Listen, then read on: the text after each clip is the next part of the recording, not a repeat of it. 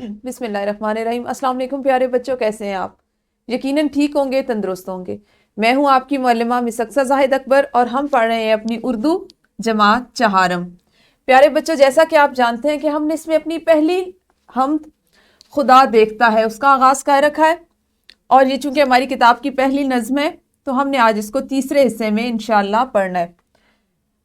आज के सबक की तकमील के बाद इंशाअल्लाह आप इस काबिल हो जाएंगे कि आप लय और आहंग के हवाले से नज़में और गीत वगैरह सुनकर पसंद का इजहार कर सकें, यानी आप में इस चीज़ का इदराक आप कर सकें कि आप कोई हम, कोई नात, कोई नगमा, कोई नज़्म, कोई गीत सुनते हैं तो आप उस पर अपनी पसंदीदगी का इजहार कर सकें।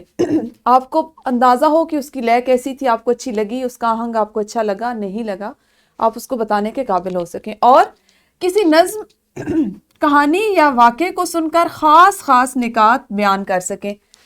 प्यारे बच्चों, पहले भी मैंने आपको बताया कि हर कहानी, हर नज़्म, हर गीत, हर मिली नगमे के पीछे कोई एक ख़ास मौजू रखा जाता है, किसी एक ख़ास मौजू पे वो लिखी जाती है।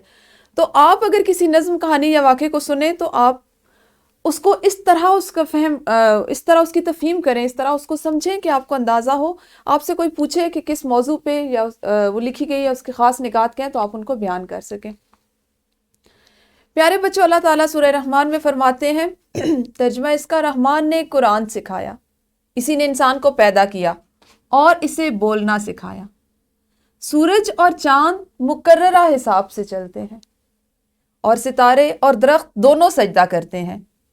इसी ने आसमान को बुलंद किया और इसी ने तराजू रखा ताकि तुम तोलने में तजावुज ना करो। प्यारे बच्चों, सूरह रहमान एक आम फहम है, सूरत है जिसको हम आप बहुत ज़्यादा सुनते हैं। और अल्लाह ताला ने वैसे तो कुरान पाक की तमाम जो आयात हैं, जो सूरतें हैं, उनमें कोई ना कोई एक ऐसा पैगाम, मकसद रखा है कि जिसको हम जब भी सुनते हैं हमें उसका एक नया मानी, एक ज़िंदगी का नया पहलू जो है उससे उजागर होता है। लेकिन सूरह रहमान में ये खसूसियत है या खासियत है कि आप इसे जब भी सुनते हैं तो आपका ईमान दोबारा से उसी तरह से ताज़ा होता है। आप हमेशा इसको सुन के अल्लाह से ज़्यादा करीब होते हैं। हमारी आज की जो हमद है वो भी चूँकि हमारे इसी मौजू से मिलती जुलती है, जिसमें हम अल्लाह ताला की उन चीज़ों के बारे में सीखेंगे, तो इसलिए मैंने इसका इंतखाब किया। अपने आज का जो सबक है, वैसे तो हमने आज पढ़ाई करनी है, हमने हमद का बाकायदा आगाज़ करना है, लेकिन पहले मुझे आप ये बताएं कि जो आपको तस्वीर दिखाई दे रही है स्क्रीन पे, ये क्या है? कुछ याद है आपको कि आपने कल क्या पढ़ा और ये किस चीज़ से मुतल्लिका तस्वीर है? नाम से तो आपको पता चल रहा होगा, ये है उर्दू लुगात। बिल्कुल सही आपने कहा, ये है फिरोज़ुल लुगात और ये भी हमारे पास एक उर्दू लुगत। मैंने आपको कल दिखाई थी किताब की सूरत में भी कि लुगत क्या होती है, किस तरह होती है, किस तरह उसको देखा जाता है, उसमें क्या क्या दर्ज होता है, कैसे अल्फाज के मानी देखे जाते हैं, उसमें अलफ बाई तरतीब से किस तरह से अल्फाज दर्ज होते हैं और उनके मानी हम तलाश करते हैं। तो आपको इससे बिल्कुल बहुत अच्छे से अंदाज़ा हो गया होगा कि हम ने कल जो उर्दू लुगत को देखना, उसको सीखना, उसका इस्तेमाल सीखा, उसी पे मैं बात कर रही हूँ। मैंने कल आपको बताया था कि हम अगर आपके पास इस वक्त मौजूद नहीं है, या जैसे वैसे तो मैंने आपको बताया था कि मेरे ज़माने में या जिस वक्त मैं पढ़ती थी, आप लोगों की जितनी थी, आप जैसी छोटी जमातों में थी, तो हमारे ज़माने में एक छोटी लुगत आती थी जिसको आराम से बस्तों में रखा जा सकता था। लेकिन अब चूंकि वक्त और हालात बदल गए हैं तो आपकी आसानी और सहूलत के लिए, जैसे कल मैंने आपको सिखाया, देखा आपने कि हम डिजिटल लुगत जो है उसको भी इस्तेमाल कर सकते हैं, जो हमारे मोबाइल फ़ोन में भी मौजूद होती है और कंप्यूटर्स में भी। तो लुगत का इस्तेमाल आपने सीखा। इसके अलावा आपने एक और चीज़ सीखी थी। आपको यहाँ पे एक इमला वाले, एक ही जैसी इमला के साथ दो अलग अलग अल्फाज नज़र आ रहे हैं। आप मुझे बता सकते हैं ये क्या है? बिल्कुल सही, ये आपके पास, आपने कल सीखा कि एराब की तब्दीली के साथ एक इमला के साथ हम मुख्तलिफ अल्फाज लिखते हैं, लेकिन जब हम उनके एराब बदलते हैं तो उनके मानी भी बदल जाते हैं। आपके पास जैसे पहला लफ्ज़ है ज़बर के साथ पैर और अगला लफ्ज़ है पीर। इसी तरह ये है ज़ेर के साथ इल्म, और बिल्कुल इसी इमला का ज़बर के साथ लफ्ज़ है अलम। अब इमला इनका एक है और इनके मानी अलग हैं। तो आपने अभी इस वीडियो को यहीं पे रोकना है और अपनी मौलमा के साथ मिलकर इसी तरह एक इमला वाले लेकिन मुख्तलिफ एराब वाले मुख्तलिफ अल्फाज, जिनकी कल आपने घर में भी जाके मशक़ी होगी, जो आपने तलाश किए, वो एक एक करके अपनी मौलमा को बताएं और साथ में उनके मानी भी बताएं। शाबाश, वीडियो को रोकें और इस सरगर्मी को कीजिए। जी यकीनन आपने लुगत का इस्तेमाल भी अपनी मुअल्लिमा को बताया होगा, क्योंकि आपने लुगत से ऐसे अल्फाज कल तलाश किए होंगे और बहुत से ऐसे अल्फाज भी अपनी मुअल्लिमा को बताए होंगे कि जिनकी इमला तो एक है लेकिन उनके अराब मुख्तलिफ थे। प्यारे बच्चों, क्या आप जानते हैं कि सूरतुल फातिहा को सूरतुल हम्द भी कहा जाता है? सूरतुल फातिहा का दूसरा नाम सूरतुल हम्द भी है, क्योंकि इस सूरत में अल्लाह ताला की तारीफ यानी हम्द बयान की गई है। आप में से कभी किसी ने सूरतुल फातिहा को तर्जमे के साथ पढ़ा है? उसकी एक एक आयत में अल्लाह ताला की हम्दो सनाओं से दुआ मांगी गई, उसकी हम्द की गई, उसकी सना बयान की गई, इसलिए सूरह फातिहा को सूरतुल हम्द भी कहा जाता है। हमने जो आज अपनी हम्द पढ़नी है, खुदा देखता है, उसकी पढ़ाई से पहले मैं उस हम्द के जो ख़ास अल्फाज हैं वो आपको बताती हूँ। आप मेरे साथ उनको पढ़ेंगे, उनकी दुरुस्त अदाई करेंगे ताकि आपको उनका तलफ़्फ़ुज़ अच्छे से अदा करना आ जाए। सबसे पहला लफ्ज़ है खुदाई।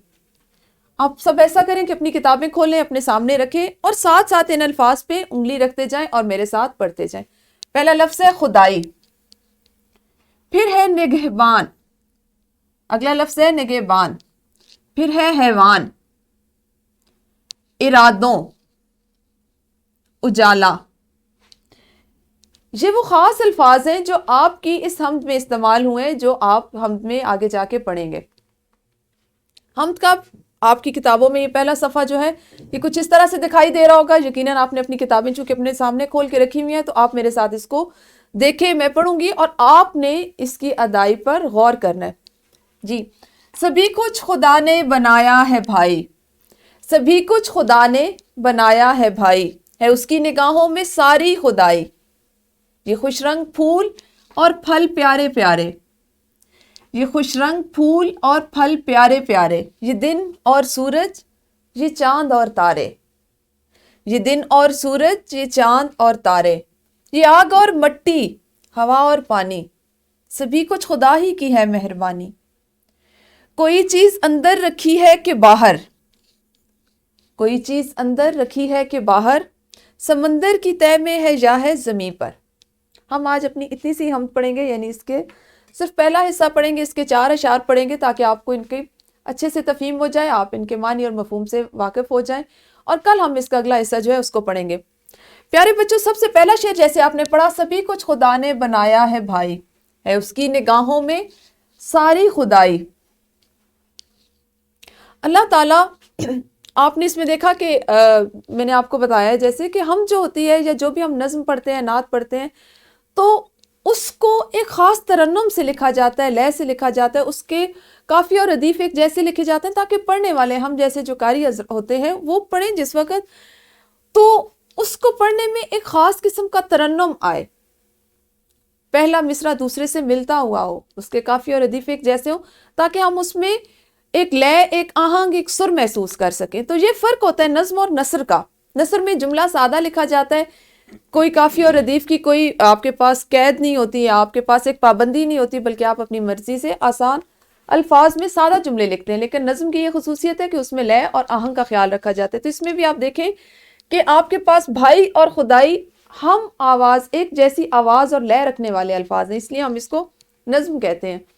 सभी कुछ खुदा ने बनाया है भाई, यानी ये तमाम दुनिया, कायनात की हर चीज़, हर मखलूक जो है उसको अल्लाह ताला ने तख्लीक किया है, अल्लाह ताला ने बनाया है उसकी निगाहों में, निगाहों में यानी उसकी नज़र में, उसकी नज़र में इस सारी खुदाई है, हर चीज़ है, हर एक चीज़, खा वो ज़मीन के ऊपर है, वो खला में है, वो आसमानों में है, वो समंदर की तहों में है, वो पहाड़ों के बीच में है, वो पहाड़ों के नीचे है, वो ज़मीन की तहों के अंदर है, वो कहीं पे भी है। अल्लाह ताला की नज़र से कोई चीज़ पोशीदा नहीं, कोई चीज़ छुपी नहीं। क्यों? क्योंकि अल्लाह खालिक है, अल्लाह उन चीज़ों को तख्लीक करने वाला है, अल्लाह उन चीज़ों को बनाने वाला है।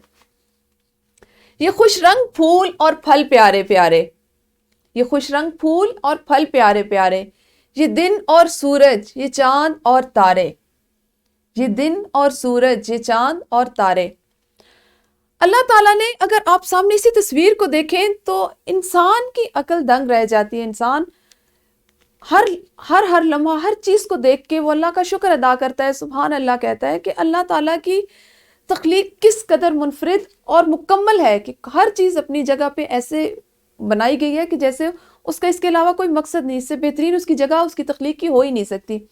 آپ اگر اسی ایک پھول کو دیکھیں تو آپ کو اندازہ ہوگا کہ اس پھول کے چھوٹے چھوٹے چھوٹے چھوٹے حصے، اس کے رنگ اور اس کے ساتھ پتے، اگر ہم صرف اس ایک ہی پھول کی بات کریں تو ہماری سوچ کی حدیں ختم ہو جائیں گی، لیکن اللہ تعالیٰ کی تخلیق پہ ہم اس کا شکر ادا کرنا جو ہے وہ ختم نہیں کریں گے۔ ہم مسلسل اس کا شکر ادا کرتے رہیں گے کہ اللہ تعالیٰ نے کس قدر حسین، کس قدر خوش رنگ، خوش نما پھول اور پھل بنائے ہیں۔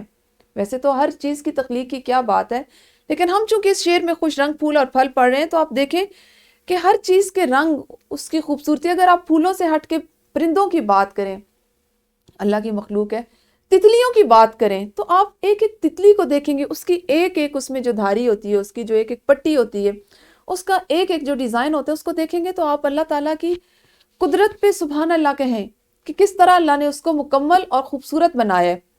اب یہاں آپ دیکھیں یہ دن اور سورج، یہ چاند اور تارے، یہاں پہ دو مختلف چیزوں کی بات کی جا رہی ہے کہ دن کا ہم ذکر کریں تو سورج ہمارے ذہن میں آتا ہے، سورج کی روشنی، اس کی چمک، اس کی دھوپ، اس کی حدت، اور اس کے ساتھ ہی اللہ تعالیٰ نے دن کے ساتھ جوڑ دیا رات کو، اور رات میں ہے چاند اور تارے، پہچان ہے رات کی، خوبصورتی ہے یہ رات کی۔ تو ان سب کو مطلب ایک طرف اتنی روشنی، اتنا اجالا، اور دوسری طرف تاریکی، اندھیرا، سیاہی، لیکن اس سیاہی کو اللہ تعالیٰ نے کس چیز سے خوبصورت بنایا؟ چاند کی روشنی سے، تاروں کے جگمگانے سے، تاروں کی روشنی سے۔ تو ان سب یہ جو اتنی مکمل چیزیں، اتنی خوبصورت چیزیں ہیں، ان کو تخلیق کرنے والا کوئی اور نہیں، صرف اور صرف اللہ تعالیٰ ہے۔ یہ آگ اور مٹی، ہوا اور پانی، سبھی کچھ خدا ہی کی ہے مہربانی۔ ہم دیکھیں تو ہر چیز جو ہے اس کو بنانے کا، اس کو تخلیق کرنے کا ایک مقصد ہے۔ بہت سی چیزیں، انسان کی عقل چونکہ محدود ہے، وہ شاید اس حد تک نہیں سوچ سکتا، اس حد تک نہیں پہنچ سکتا۔ اگر وہ ایک وقت میں ایک چیز کا فائدہ دیکھتا ہے تو اس کو شاید کسی اس سے متعلقہ دوسری چیز کا فائدہ اس طرح نہ دکھائی دے جو مقصد اللہ تعالیٰ کا ہے، یا اللہ تعالیٰ نے اس کو جس مقصد کے تحت تخلیق کیا۔ لیکن اگر ہم دیکھیں بظاہر ہمیں پتہ ہے کہ سورج جو ہے وہ ایک روشنی کا، آگ کا، حدت کا ایک گولا ہے۔ ہمارے لیے وہ اس کا ہونا، اس کی شدت، اس کی گرمائش، اس کی گرماہٹ، اس کی تپش جو ہے وہ بھی کتنے فائدے کی چیز ہے کہ وہ اپنی گرمی سے، ہماری اس کی گرمی سے، اس کی تپش سے ہماری فصلیں پکتی ہیں، ہمارے پھل پکتے ہیں، موسموں کی تبدیلی ہوتی ہے، انسان کے جسم کو سورج کی روشنی، اس کی حدت کی اتنی ضرورت ہوتی ہے، اور مٹی جو انسان کی تخلیق کا بھی باعث ہے۔ ویسے تو آپ دیکھیں مٹی سے ہم فصلیں حاصل کرتے ہیں، ہمارے کھیتوں میں مٹی، باغوں میں ہمارے جو پھول ہیں، ہمارے پھل ہیں، ہمارے فصلیں ہیں، ہماری گندم، ہمارا اناج، اس کو وہ کہاں سے نمو پاتا ہے، کہاں سے نشو و نما اس کو ملتی ہے، کہاں سے غذائیت حاصل کرتا ہے؟ مٹی سے۔ اسی طرح ہوا جو بظاہر دکھائی نہیں دیتی، لیکن میں، آپ، کوئی بھی جاندار مخلوق جو سانس لیتی ہے، جس کو زندہ رہنے کے لیے سانس کی ضرورت ہے، وہ ہوا کے بغیر نہیں رہ سکتی۔ پانی جو اس دنیا کا ایک مطلب بڑے حصے جو ہے وہ پانی پہ موجود ہے، یا پانی پر مشتمل ہے۔ اللہ کی ایک مخصوص مخلوق جس کی زندگی کا دار و مدار ہی پانی پر ہے، جو مچھلیاں ہیں، سمندری مخلوق ہے، اگر اس کو آپ پانی سے نکال دیں تو اس کی زندگی کا مقصد ختم ہو جائے، وہ زندہ نہیں رہ سکتے۔ جس طرح ہم ہوا کے بغیر زندہ نہیں رہ سکتے، اسی طرح وہ پانی کے بغیر زندہ نہیں رہ سکتے۔ تو یہ سب کچھ بنانے والا، اور اتنے مکمل انداز میں بنانے والا کوئی اور نہیں، صرف آپ کا، میرا، ہم سب کا پیارا اللہ ہے، ہم سب کے پیارے خدا ہیں۔ کوئی چیز اندر رکھی ہے کہ باہر، کوئی چیز اندر رکھی ہے کہ باہر، سمندر کی تہہ میں ہے یا ہے زمین پر۔ اب اندر رکھنے اور باہر سے کیا مراد ہے کہ ہم اگر بحیثیت انسان سوچیں تو باہر سے ہم یہ مراد لیتے ہیں کہ زمین کے اوپر جو چیزیں ہمیں دکھائی دے رہی ہیں، ہم جس کو اپنی آنکھ سے دیکھ سکتے ہیں، ہمارے ارد گرد موجود ہیں، وہ چیزیں وہ زمین کے اوپر ہیں، جیسے جنگلات ہیں، جیسے پہاڑ ہیں، جیسے جانور ہیں، انسان ہیں، درخت ہیں، پودے ہیں، پھول ہیں، پھل ہیں، کھیت ہیں، سبزیاں ہیں، کھلیان ہیں۔ یہ ساری چیزیں ہمیں دکھائی دیتی ہیں۔ ہم جہاں جہاں سے گزر رہے ہوتے ہیں، اللہ تعالیٰ کی قدرت کے نظارے دیکھ رہے ہوتے ہیں۔ اس کے لیے ہمیں کسی مخصوص جگہ پہ جانے کی ضرورت نہیں، بلکہ ہمارے ارد گرد لاتعداد ایسی چیزیں ہیں جو ہمیں دکھائی دیتی ہیں، جو زمین کے اوپر موجود ہیں، ہمارے حد نگاہ میں آتی ہیں، ہم ان کو دیکھ سکتے ہیں۔